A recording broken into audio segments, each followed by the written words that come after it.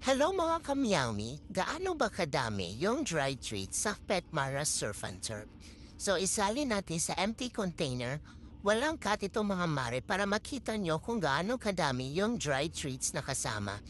At ito na yung full ingredients, kitang-kita nyo na pack yung laman kasi ang first ingredients pa lang nito ay 30% chicken na.